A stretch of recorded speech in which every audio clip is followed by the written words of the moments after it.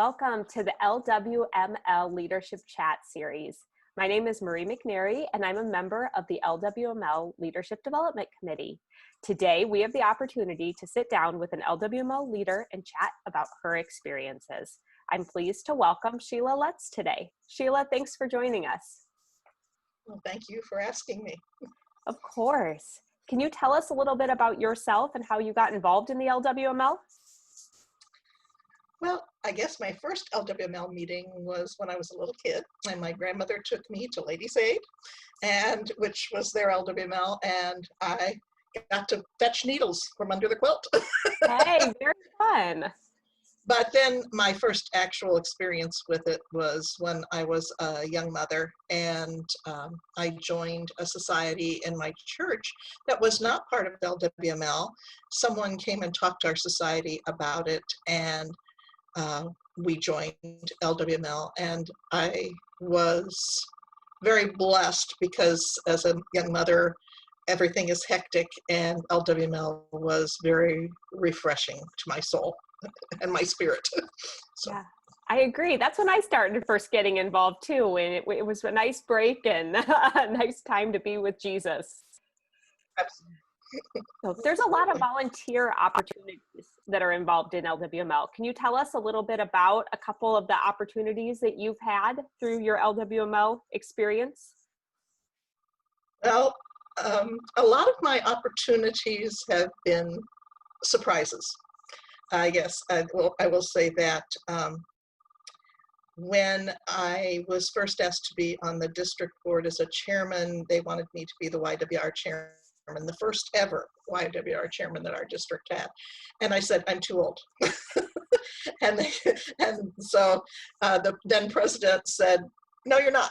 So I said, okay. And then that same president nominated me, unbeknownst to me, for a national committee position. Wow. And that is when I first got on a national committee. Story that people kind of like to hear is that Gloria Edwards called me one day, and I was doing laundry and going, Gloria Edwards, which society does she belong to? And it was, and then I realized who she was. Yeah. Then I was kind of out of things for about 6 years, and Linda Reiser, who I served, she was on a sister committee when I was first on a national committee, called me and said, why aren't you more involved? I want you to be human care chairman.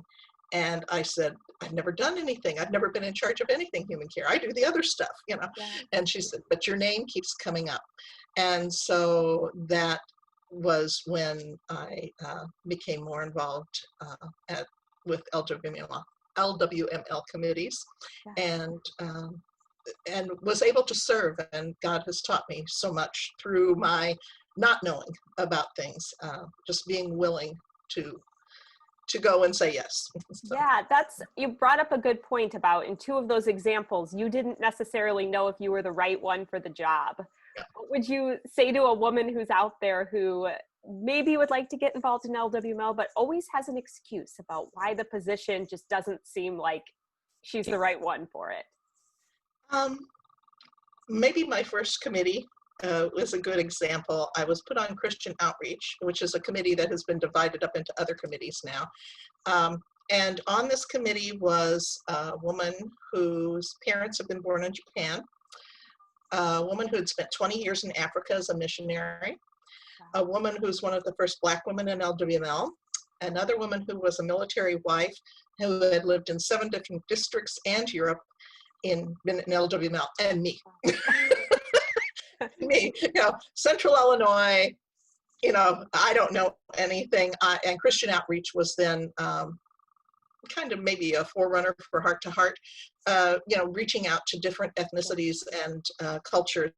But I learned a lot, and I found how God made me valuable to the committee. He made each of us valuable. And it doesn't matter what your training is or what you think you know, there's always more to learn, and the willingness to say yes, the willingness to be who you are in the place that God puts you is what is important. You don't have to worry about being somebody else. Be yourself. Yeah, But very stretch true. yourself. Yeah, very true. Great advice. So currently, you are the editor of the Lutheran Women's Quarterly. Can you tell us a little bit about the quarterly, and then a little more about what you do as editor? Okay. The quarterly, it comes out, as its name indicates, 4 times a year. It's a magazine that operates under the purpose statement, knowing Christ, knowing Jesus, and making him known. If we don't do that, then we're not doing our job and we have no purpose. We have 7 people on staff, so it's the largest committee for LWML. There's a Bible study editor who finds Bible studies that fit the theme. We also have a theme for each issue.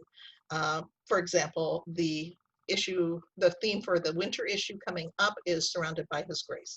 So the Bible studies all talk about his grace.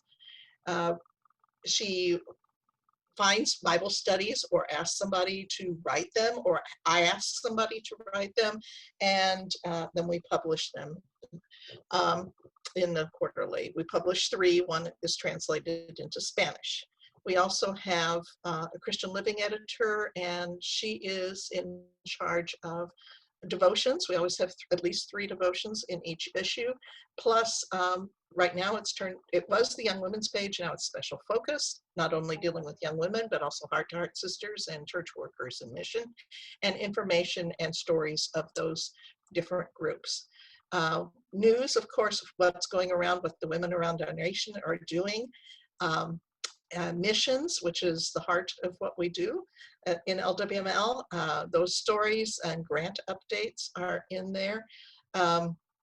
There's a shopping page always, and the president always has some words of wisdom for each issue. Then after the articles are written, they're compiled.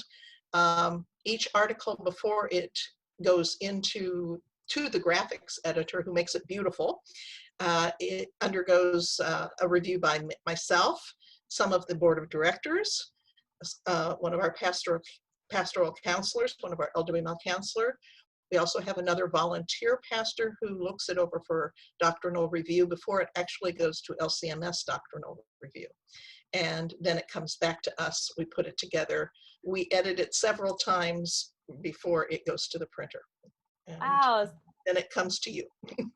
Wow. So how much time do you spend on each issue? It seems like you start one and like it's going to take you a quarter to do.